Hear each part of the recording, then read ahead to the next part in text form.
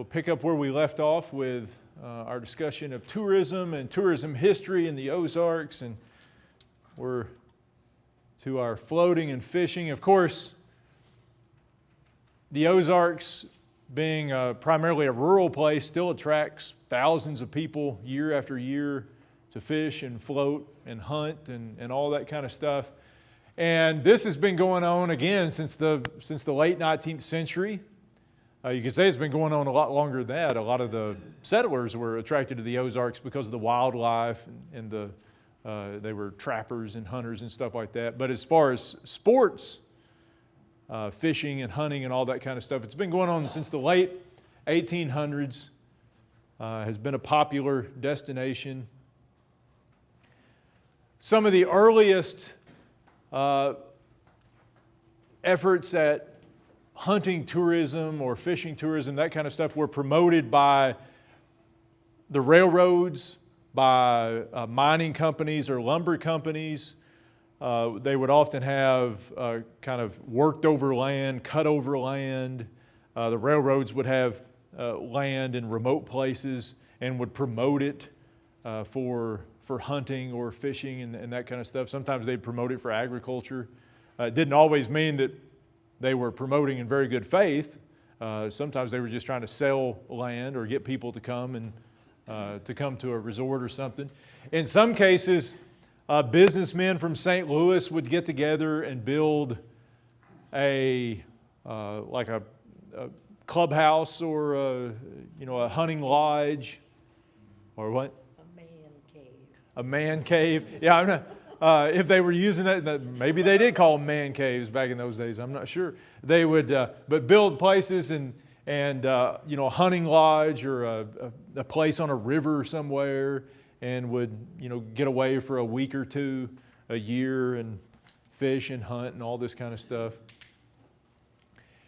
This was ramped into higher gear in the early 1900s. There was a very highly publicized float trip that the governor of Missouri, Herbert Hadley, and some of his assistants and several other people made. There were a couple dozen people who made this float trip on Current River. And they had a big dinner. I think the dinner was in Salem, Missouri, before they started the trip. And it was, in a lot of ways, it was a publicity stunt. Hadley was the first Republican governor of Missouri since Reconstruction came to an end. And the Republicans were in part trying to build up support and kind of build a base of support for him here in the Ozarks. And the Frisco Railroad was also involved in this, trying to increase tourism promotion and all that kind of stuff. But he took this float trip, and there were reporters with him taking pictures and recounting the trip and all that kind of stuff, and enjoyed it. And there was a pickup in interest in these float trips. In those days, when you talked about a float trip, they were generally for men, and they were generally fishing trips. Today, if you tell someone you're going on a float, you're going to the Buffalo or the Niangua or wherever you go to float, the James River, usually you just hop in a canoe and you're just literally floating or paddling down a stream. In those days, a float trip signified more a fishing trip. It wasn't just a group of men floating down a river. And, a lot of us think a float trip is just kind of wasted time if you don't have a fishing pole, and you're not trying to pull something out of the river. I'm sort of that mind. You put me on water and I want to fish. I don't want to just sit there, look around. And that's what they were doing in those days. So a float trip was not exactly like a float trip is in the 21st century in the Ozarks. And it was always a guided float trip.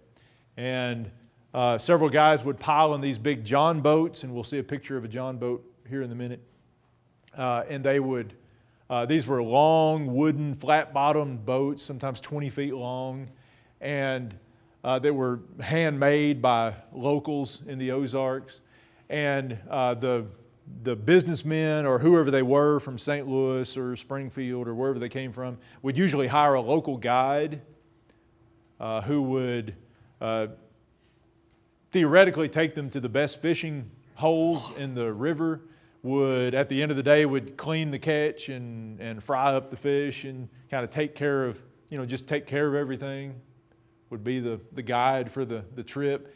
And the guides often, the most popular ones, as you can imagine, were the most colorful guides, the ones who told the best stories and the best jokes, and often were just kind of colorful local figures.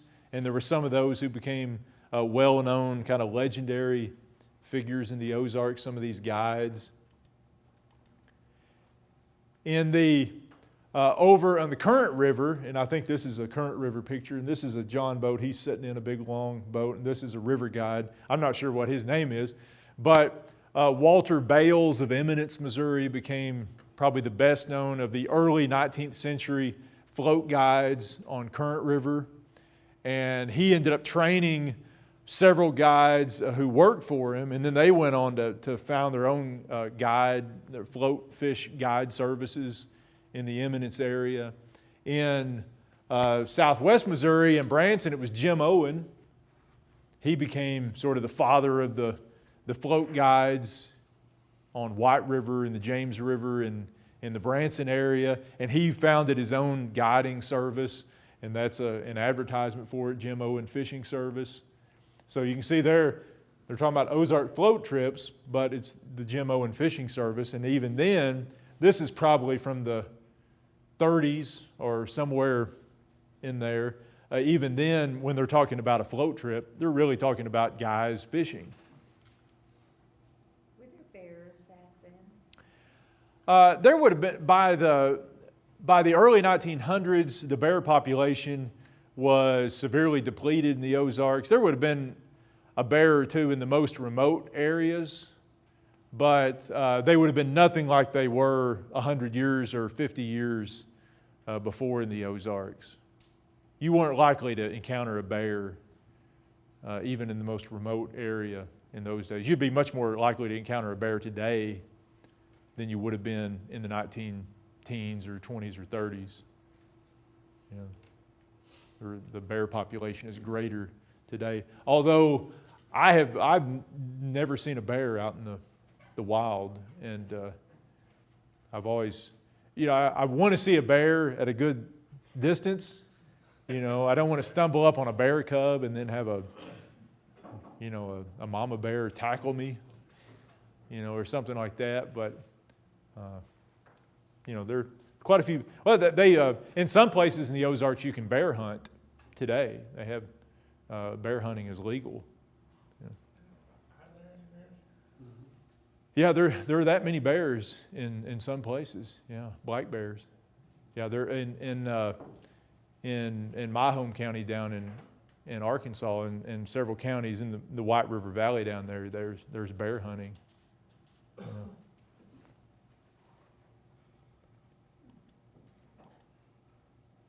And here's a little, just to remind you where these rivers and streams and stuff are we're talking about. Here's Current River. The Jacks Fork goes off of Current River. It's a tributary of Current River. And, of course, here's White River. It's all messed up by the lakes nowadays, but that's where White River is. But you can see a lot of these. Some of the places became better known for floating than others. White River, obviously, was well known for floating before all the dams were built. Current River. And, of course, nowadays, one of the leading destinations for float trips is the Buffalo River. And, of course, most people don't fish on the Buffalo River. They just get in canoes or kayaks and float the river.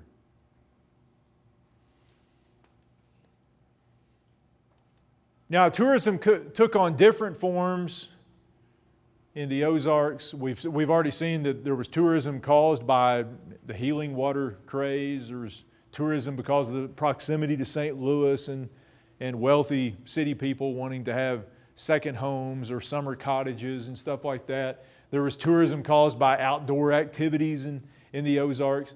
And in some cases, there was tourism caused by the heritage of the region or the perceived heritage of the region. One of the more unique aspects of Ozarks tourism here, specifically in southwest Missouri, is the impact of a novel The Shepherd of the Hills by Harold Bell Wright, which was published in 1907. And it became so popular and so famous in those early days of the 20th century that the Branson area where the novel was set, the Taney County, Stone County area, the White River Valley down there, became a destination for literary tourists. I believe that's what we call them nowadays, literary tourists, people who are, there are people who go to the lake country in England to read stuff, to go see things they've read about. And here in Southwest Missouri, people were intrigued by Harold Bell Wright's novel and came because they wanted to see where all the action took place. They wanted to see if Sammy Lane was still around, or young Matt, and all these characters from the novel.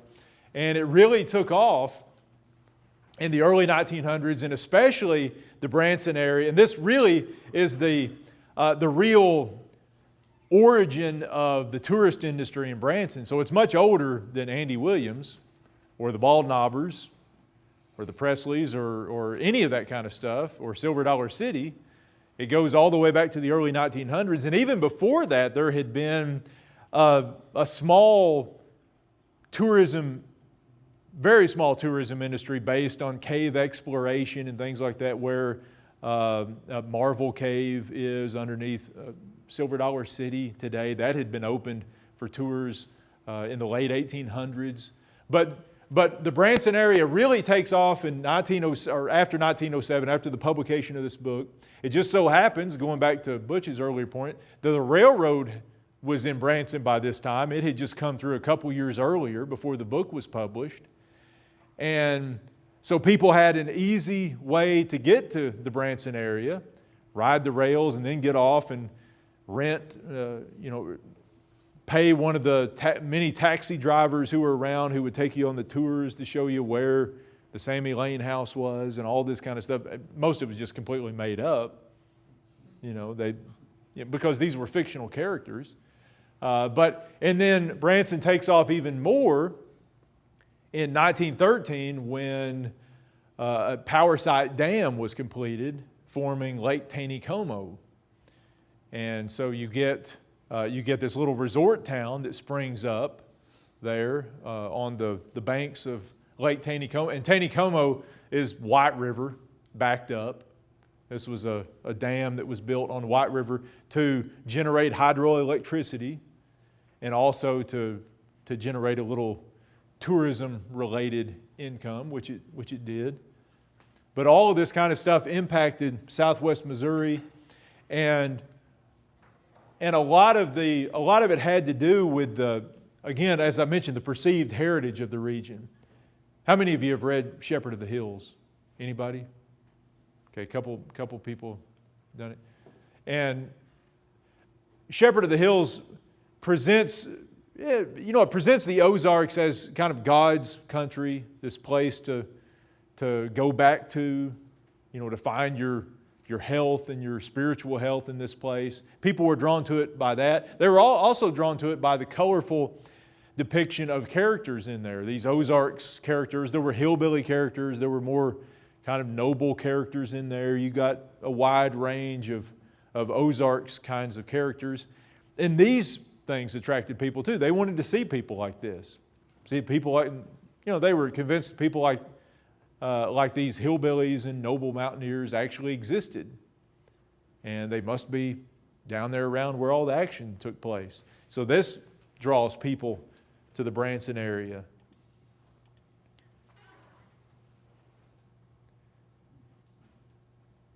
Another thing that happens in the early 20th century, not necessarily related to the growth of tourism in the Branson area because of the book and because of the lake that was built there, is the early 20th century saw the creation of several resorts that were not spring water resorts in the Ozarks. These were more modern, or kind of modern 20th century style resorts.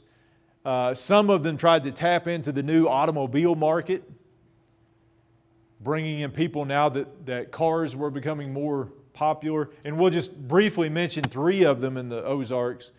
2 of them in northwest Arkansas, Montanay and Bella Vista. And then 1 down in southwest Missouri, Rockaway Beach, which was on Lake Taneycomo.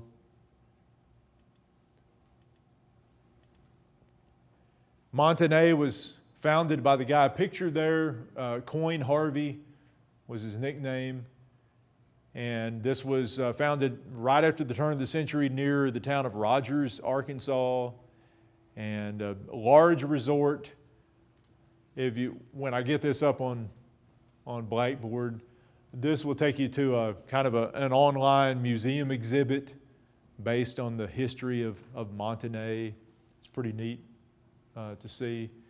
And it boomed for a while before World War I. The railroad would bring people close to the resort area to where the hotels were, and he actually had these kind of Italian-style, Venetian-style gondolas built to row people across this body of water and take them to the hotels. And there was Arkansas Row and Missouri Row and Oklahoma Row for where people came from and all that stuff. But it eventually went bust after World War I, and today what's left of Montanay is mostly under Beaver Lake, one of the many lakes that was built in the Ozarks in the 20th century. But you can see a lot more of that here, a couple pictures of Montanay. You can see pretty fancy accommodations. That's you can see Oklahoma Row, and here's Missouri Row, people out lounging around. Again, these were wealthy people. Again, this is the early 1900s, in an age when still your average Joe didn't vacation, didn't go on tourist trips. It was your upper crust and your kind of upper middle class. Montanay especially catered to new money people who were in the oil business. You had an explosion in the petroleum industry in the early 1900s after Spindletop and all that kind of stuff. Oklahoma certainly had all kinds of oil money. Texas, South Arkansas, and they especially advertised to these people and tried to get this oil money coming in. Here's one of their boats, and you can see that's getting into the automobile age up there. That's a neat picture. I think it was last summer when the lakes got so low and it got so dry. There's an amphitheater area there, and I think more of it was visible than usual. And he also built later, sort of after the resort was already declining, he had built some kind of like a pyramid or some sort of monument, and I think more of it was visible than usual last summer. But the buildings and all that kind of stuff, those are all gone. And it had gone out of business years before the lake was built in the 1960s anyhow. Bella Vista is still there. It's called Bella Vista Village now, just south of the Missouri state line. And it was founded around the time of World War I, again as a resort community. And it was founded by 2 brothers from Texas. And their goal, again, was kind of like building off the idea of Coin Harvey, trying to attract upper middle class, wealthier people from the area to come to this resort area in northwest Arkansas. And they built a small town and had lots and kind of bungalows and cottages and all that kind of stuff. Bella Vista was a resort community. Nowadays it's a retirement community. And it started making the transformation from resort to community to retirement community after World War II, especially in the 1960s. And today it's one of the biggest retirement communities in the country, I guess. Certainly It's the biggest one that I know of in the Ozarks, population-wise. But they had one of their chief attractions was this place they called Wonderland Cave, which was literally a dance hall in a cave. It wasn't the only one of its kind in the Ozarks. There were several of these, but that's actually the Arkansas State Legislature having a special kind of promotional meeting at this Wonderland Cave. Can you still go there? I guess you can. I've never been to it. Yeah, I don't. I guess you can still go there. And then Rockaway Beach was built on Lake Taneycomo just a few years after the lake was built. And Rockaway Beach advertised itself as the first family resort community west of the Mississippi. So that whole family idea in the Branson area has been around for a long time. And I don't know if it was or not, but people advertise themselves however they want to, and no one necessarily calls them on it. There are questions to just how much of a family resort it was, because Rockaway Beach also claims to have been the hangout of Al Capone. But again, there are lots of places that claim to have been the hangout of Al Capone, and I don't know that he was there. He probably was. Gee, what better place to hide? Yeah. He did spend time in Hot Springs, but that was not a family resort town. Hot Springs was a rollicking, sort of wild little Vegas back in those days, before there was much of a Vegas. But so he probably spent some time in Rockaway Beach on the way down to Hot Springs. Leaves his family in Rockaway and goes down to. All right, let's see. Okay, so we'll get into post-World War II era tourism. And really the two main things to keep in mind about post-World War II tourism are the damming of rivers in lots of places, the creation of all these man-made reservoirs that we have in the Ozarks today.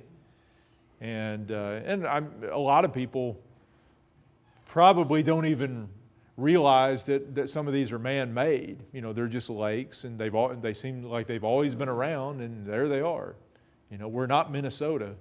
We're not the land of lakes. We didn't really have lakes before we decided to start building them by damming up various streams. And then the other thing that we'll talk about is the growth of heritage tourism. Tourism that plays up the image of the Ozarks or the history of the Ozarks, and we'll look at various kinds of things that have resulted from heritage tourism. And some of those have been big and successful. Some of them have been flops.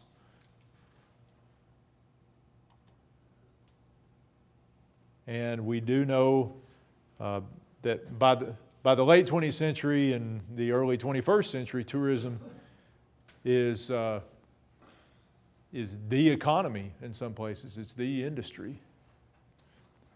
Let's look at the 100-year process or less than 100-year process, more like about a 60-year process that helped turn the Ozarks into a land of man-made lakes that it's become today.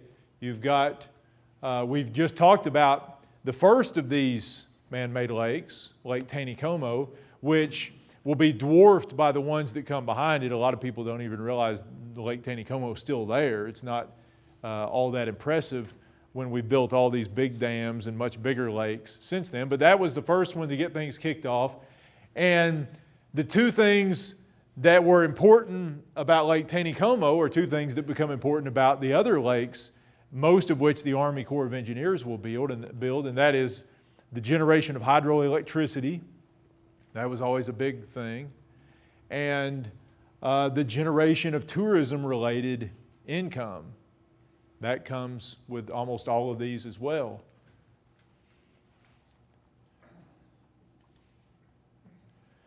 The first really, really big project,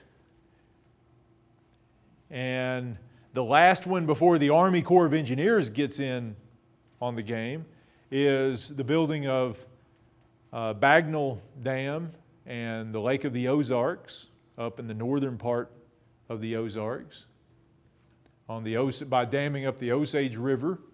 It was completed in 1931. The construction process started about 1929.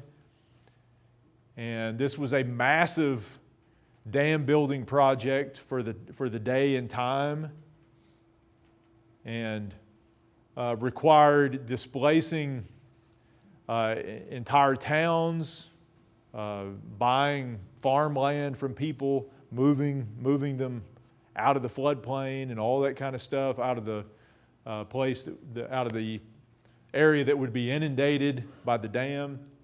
It was a privately built, owned and operated dam by the Union Electric Light and Power Company in St. Louis. So as the name would suggest, a big part of the motivation for building this was to generate hydroelectricity.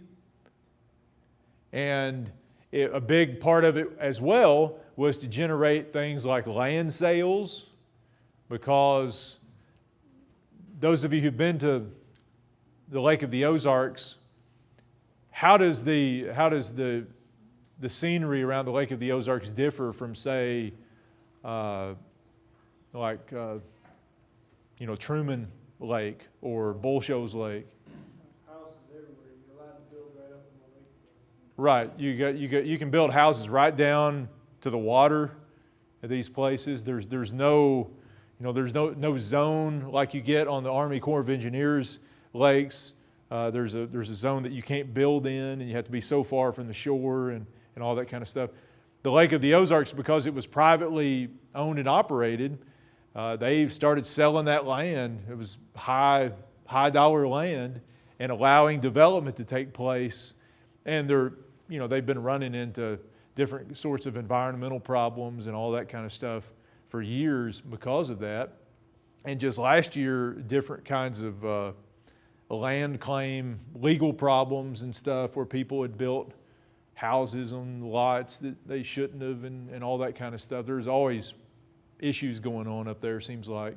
But that's why it has a lot different feel. It's a privately, it's not operated by the Army Corps of Engineers, so it's a different kind of lake, different atmosphere.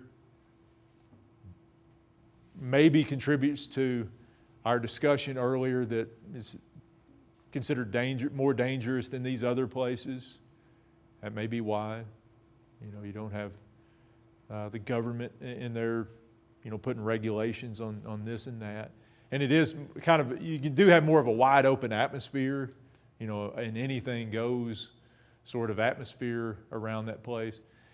And it's been developing for a long time, over 80 years now up there.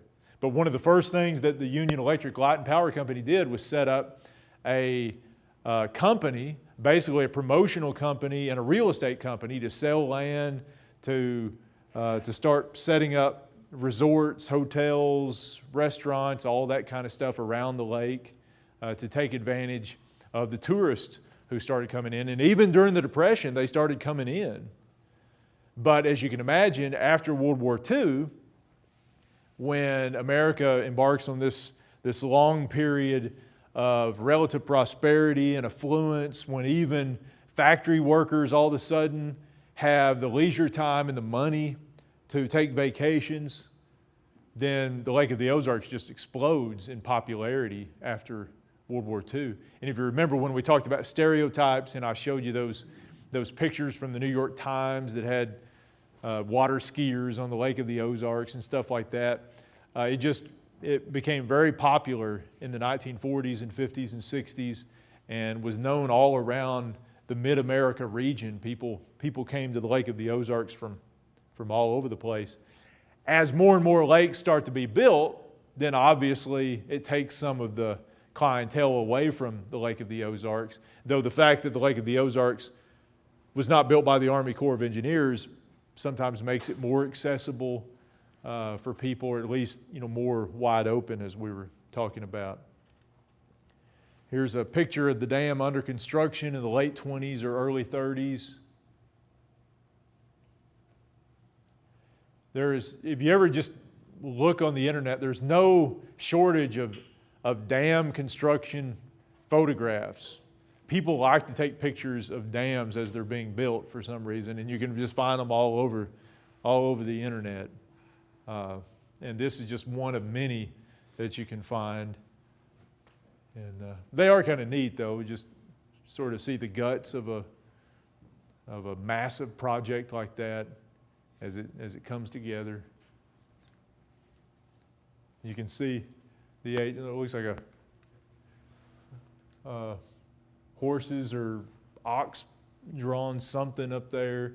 I mean, we're talking about, again, over 80 years ago, so it's a mixture of more modern technology and some archaic methods as well.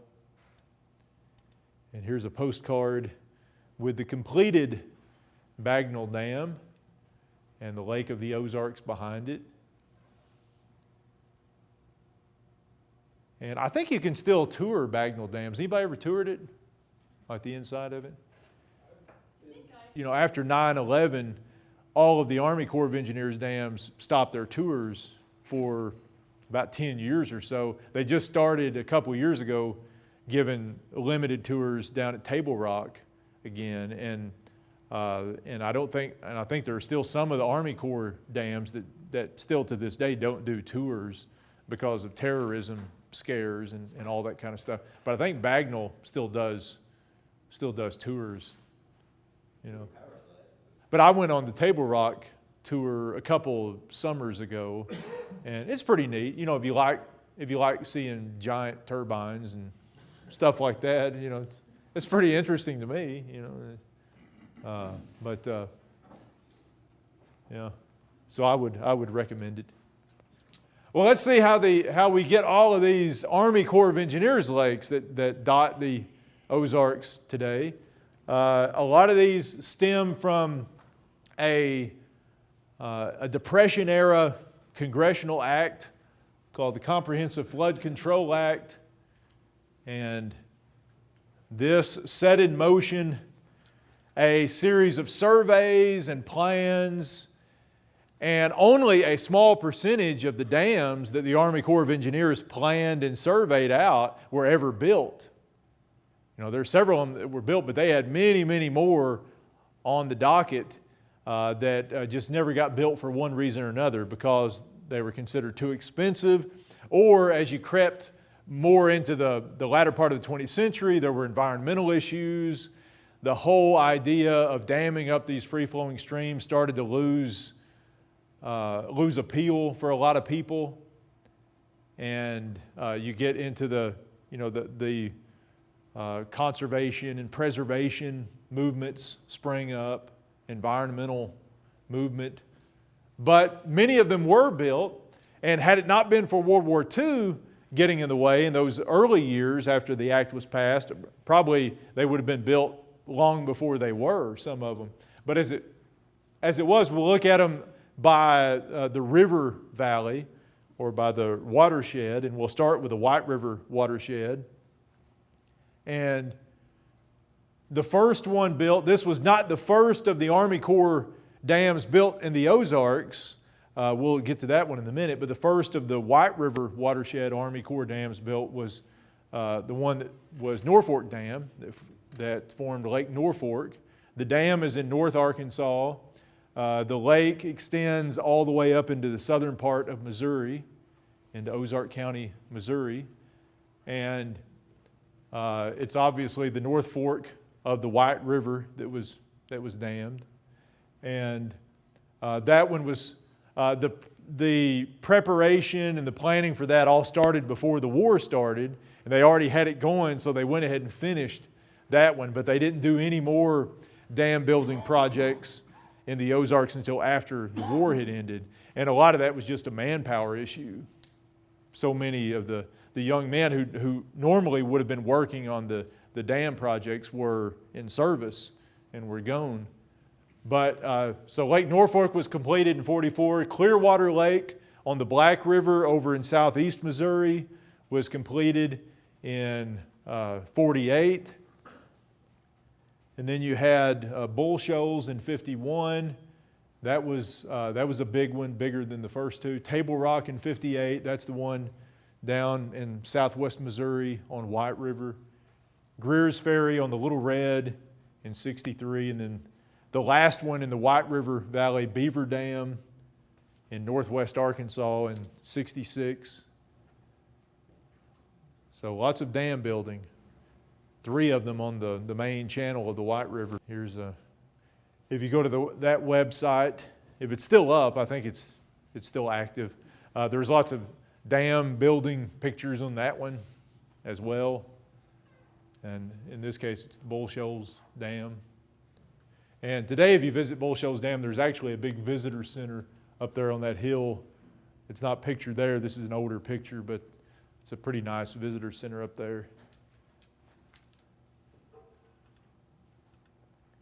In the Osage Basin or the Osage watershed, now how would you pronounce that one?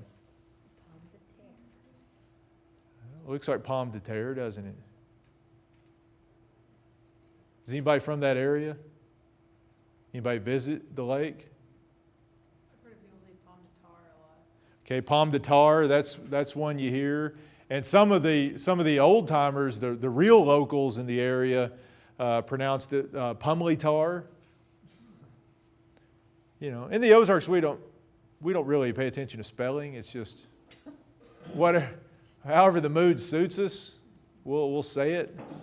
And that was I had an elderly gentleman in class in this class last spring, and he said that it was always Pumley Tar when for him. And but you hear Pomme de Terre, or I'd always said Pomme de Terre, but I'm an outsider. I didn't know. I've never been on the lake before. So you got the Pumley Tar or the Pomme de Terre or the whatever you want to call that. Again, it's just whatever you want to do. We're about letting people do what they want to do in the Ozarks. That's why people like to settle here. We'll leave you alone. If you want to mispronounce stuff, go ahead and do it. This one, the Stockton Lake, was formed. You can see these are mostly later, the 60s and into the 70s. Stockton Lake on the Sauk River. And then you get the last one, the last of the major Army Corps of Engineers dam building projects to be completed in the Ozarks. The Kasinger Bluff Dam, which was later named Truman Lake on the Osage River.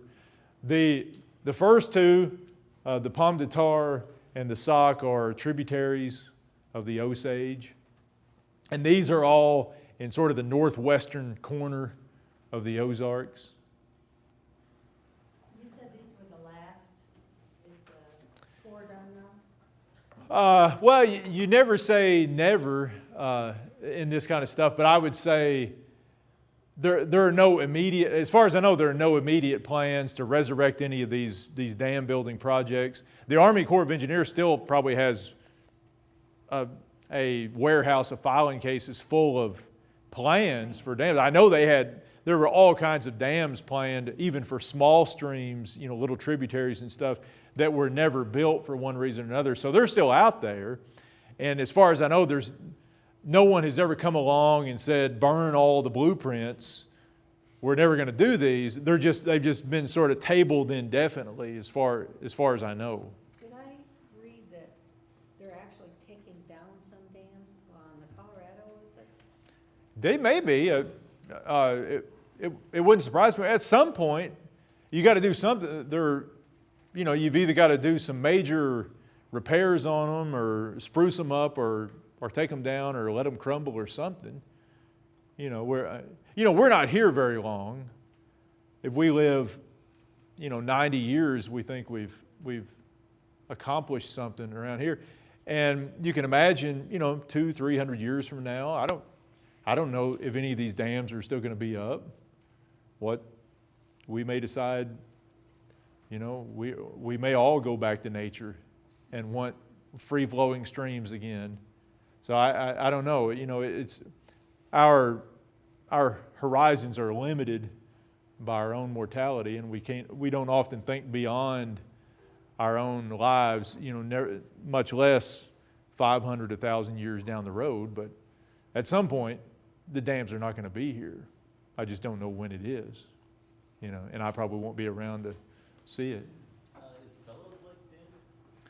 Fellows Lake, the local lake here.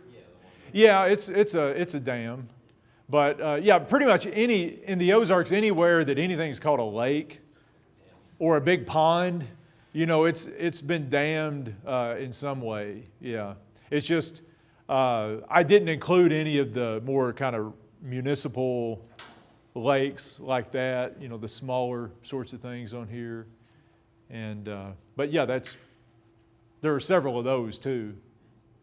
Kind of your local lakes.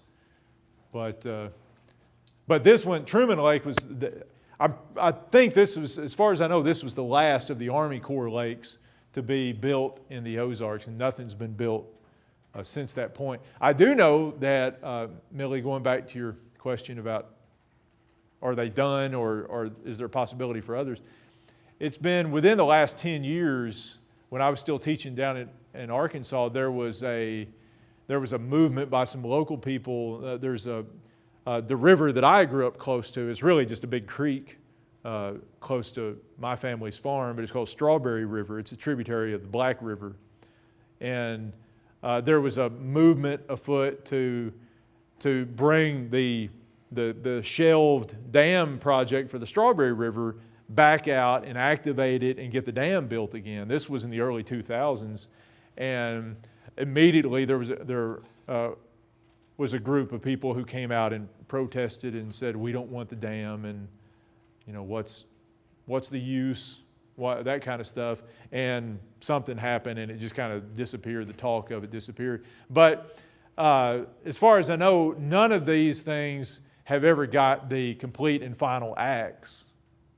So should things change at some point, I guess they could bring them back out on the table. But I don't see that happening anytime soon. The first of the Army Corps dams was this one, constructed at WAPA Pelo Lake on the St. Francis River over in southeast Missouri. And it is still there today. I was just there last summer, as a matter of fact, and toured their gatehouse that they've got there. And I don't think that one was an electricity generating dam, but it's a small lake, small dam. But it was completed just before World War II, as you can see. Now the trend over the last 50 years, you could say, has been, for the most part, to move away from dam building. And this is not only true of the Ozarks, but around the country, to move away from dam building and hydroelectricity and that kind of stuff and move more back toward free-flowing streams.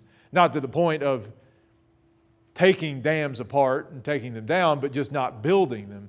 And the first sign of that in the Ozarks takes place in '64 when Congress establishes the Ozark National Scenic Riverways to protect Current River, to preserve Current River in its free-flowing state, and Jack's Fork, the primary tributary of Current River.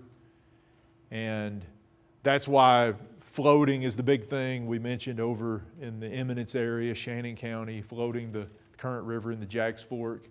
And but that happened in '64, and that was a long process that started at least back in the 50s. There were fights, local struggles between some people wanted some people didn't want the river bothered and didn't want anybody involved. Some people wanted a dam built, and other people wanted the National Forest Service to be in charge of it. And eventually, the bill that gets passed places this, it basically takes the land up and down much of Current River and Jack's Fork and places it under the control of the National Park Service, which it still is today. And and it's officially dedicated in 71. Then you get, a few years later, Congress passes a bigger bill called the Wild and Scenic Rivers Act that includes several rivers around the United States. One of them is in the Ozarks. The 11-Point River is included under the Wild and Scenic Rivers Act. Again, federal protection of this river. These acts were frequently very unpopular on the local level, especially with landowners, because it restricted land use by landowners. In some cases, it took land away from landowners and ended up, or basically the federal government ends up buying land from these landowners to put under federal control. And then in Arkansas in 72, Congress established or passed a bill establishing the Buffalo National River. So it is a free-flowing stream too. And there was a long, drawn-out, about a 10-year battle over the Buffalo River too, between people who wanted to dam the river, people who wanted to keep it free-flowing, and there were splits amongst the people who wanted to keep it free-flowing, between those who said, just leave it alone and don't anybody get involved. Others said, if we don't get involved, then the Army Corps of Engineers eventually will win, so we have to do something with it, and it ends up being nationalized as well. Now we can see in retrospect, one of the things you can do is you look at tourism dollars, you look at income statistics, all that kind of stuff, wealth statistics, and it is true that in most of these places where the rivers were left undammed, the income levels, wealth levels pale in comparison to the places where the dams were built. And that's kind of the trade-off. You know, some people, that's why a lot of people in these areas fought to have the dams built on the current river or on the Buffalo River, because they saw the examples of Norfolk Dam and Bull Shoals Dam and all these places, the Lake of the Ozarks, where you'd had this great commercial growth and all that kind of stuff, and that's what they wanted. And so it's not always a cut and dried issue here. As with most things in life, it's a complex issue. There was a trade-off. You keep the rivers free-flowing, you preserve the rivers somewhat in their state. You make the landowners mad by limiting their ability to do what they want with their land, sometimes by getting their land, and you don't always generate great money by these things. But we'll go back and look too. This is a modern day map. It's the same one we saw, but here's the Buffalo. You can see there's still a handful of free-flowing streams in the Ozarks. Here's the 11-Point. And we've already seen Current River. The Merrimack, there was a big fight over attempts to dam the Merrimack back in the 1950s. And so the Gasconade. So there are still several free-flowing streams in the Ozarks, but the real lifeblood of the Ozarks, White River, the one river that drained half or more of the region, has been dammed over and over, and its tributaries have been dammed, and it's certainly not the same stream that it was before all these dams were built, starting with 100 years ago. Okay, let's talk about heritage tourism a little bit. This is a big thing in the Ozarks and has been for several years. Again, part of what draws some people to the Ozarks is this kind of hillbilly image of the Ozarks, of the backwoods, country, rural spirit of the Ozarks. And that's been drawing people to the Ozarks for a long time. And we can go back. One of the first examples of heritage tourism that we can go back to is in the 1930s when the folk festivals start. Of course, we have lots of festivals nowadays, and even here at Missouri State, we have an Ozarks, what's it called, cultural or celebration festival or something like that every September here on campus. And the roots of those go way back. In American history, they go back at least to the 1920s when you had your first folk festivals in Appalachia that celebrated mountain music, old-timey music that we talked about earlier in the semester, and sometimes old-timey dance, jig dancing and stuff like that, and sometimes crafts and things. But the first folk festivals were held in the Ozarks in 1934. And let me see. The first one was held in Eureka Springs that year. And then there were other regional festivals scattered across the Ozarks. They were in Rolla, in West Plains, and Aurora, Missouri. And then after those 4 festivals were held, they sort of gathered the best banjo pickers and the best white oak basket makers and all that kind of stuff from the 4 festivals in Eureka and Rolla and West Plains and Aurora, and had like a regional festival in Springfield. And then later in 1934, the National Folk Festival was held in St. Louis that year. And eventually, the Depression and then World War II sort of slows down interest in the festival movement, but it springs back up after the war, and you get the creation of the Ozark Folk Festival in Eureka Springs. It starts in 1948 and continues to this day. Again, mostly music with a little dance thrown in and some crafts and things like that. And then the Arkansas Folk Festival starts in 1963 in Mountain View, Arkansas, and it's still going on. They just had theirs last month. They always do it, I think it's the 3rd weekend in April, something like that. And then the Arkansas Folk Festival helps create the Ozark Folk Center in Mountain View in 1973, and that is still in operation today, now 40 years later. And other examples of heritage tourism, Silver Dollar City, which opened in 1960, and we'll talk a little bit more about that in a minute. And Dog Patch USA. Does anybody remember Dog Patch? Down in Arkansas. Butch, did you say you passed by what's left of it? No, there's still, a lot of the buildings and stuff are still there. It's been closed now for 20 years, but the theme park, it was kind of a hillbilly theme park. Sounds great, and it was, What's better than a hillbilly theme park? I can't think of very many things. With the craze that America obviously has for reality TV shows about backwoods Southerners, it can only be a matter of time before we have a comeback of a hillbilly redneck theme park. So, we Silver Dollar City. Well, it's sort of grown past that, but in the beginning, it was a little bit like that. Speaking of Silver Dollar City, the background of that is the Hershin family, who still owns Silver Dollar City and lots of other stuff around the country. They had bought Marvel Cave, which originally was called Marble Cave, and they were running that in the 1950s. The Hershins were from Chicago, I believe, from somewhere up north. They'd moved down. They were running this cave, and it was a pretty popular attraction. It was popular enough by the late 50s that they were having long lines of people waiting to tour this cave. The same cave that's underneath Silver Dollar City today.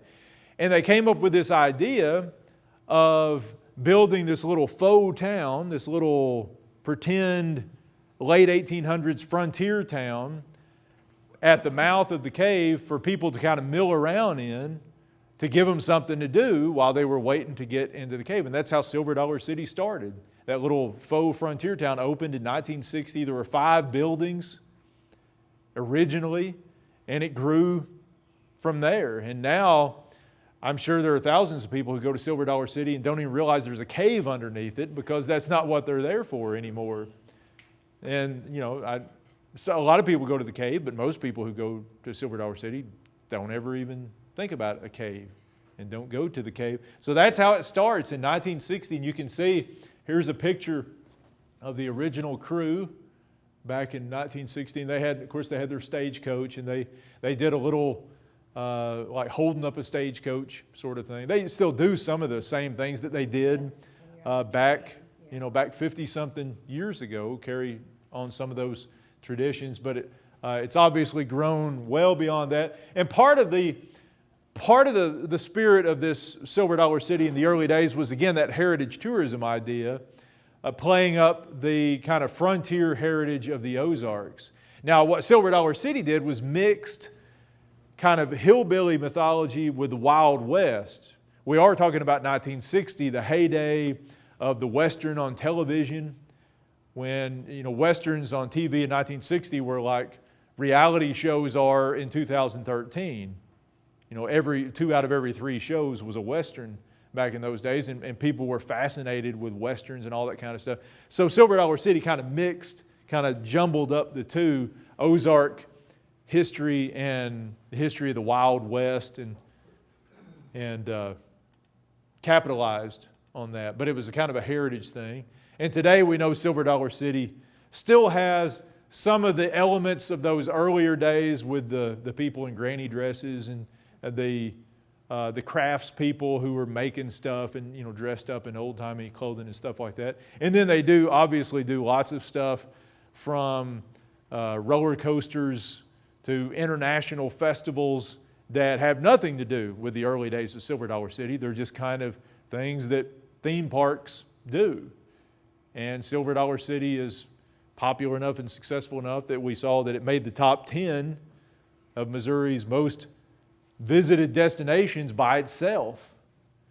But it has, it's managed to hold on to some of its heritage tourism tradition while offering lots of other stuff that attracts people who aren't the least bit interested in people making walking canes and homemade fiddles and stuff like that. And then the last thing we've got, spiritual tourism in the Ozarks, and this involves, you could throw, I guess, the precious moments or precious memories? Moments. The little figurine people over in, are they in Carthage or Joplin? Carthage. In Carthage.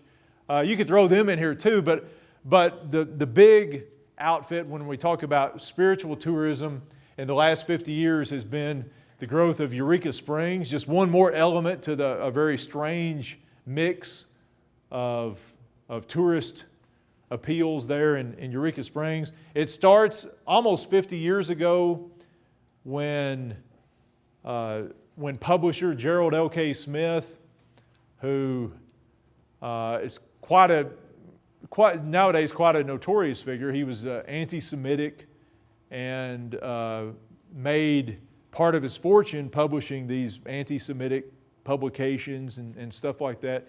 Well, he bought a place in Eureka Springs and helped resurrect the fortunes of a declining town, even though many of the people in the town didn't like him, didn't like what he stood for. He built the Christ of the Ozarks in the late 60s, which is pictured there. Not a great work of art.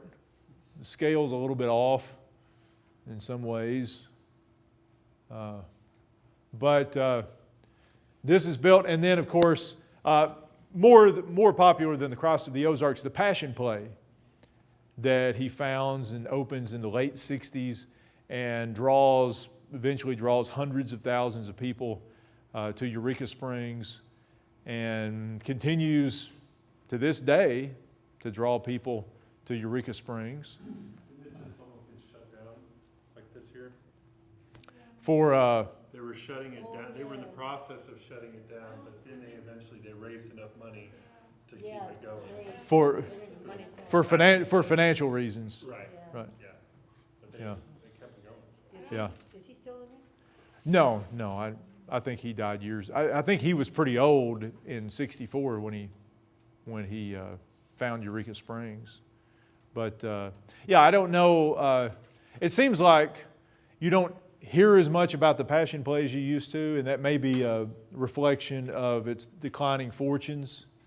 Maybe, you know, there's only so many repeat customers they can draw in there, and I'm not sure if it's just not as popular as it once was, or what, you know, or the rest of weird Eureka Springs scares off the clientele who would normally go to the Passion Play. I really don't know. But they've also got the Bible Museum there, and sort of, you know, like a little miniature, you know, kind of, the Holy Land thing. But again, Eureka Springs is, you know, it's the tourist town that you just can't kill. You know, it just it finds ways to reinvent itself, and it reinvents itself in so many different ways for different audiences.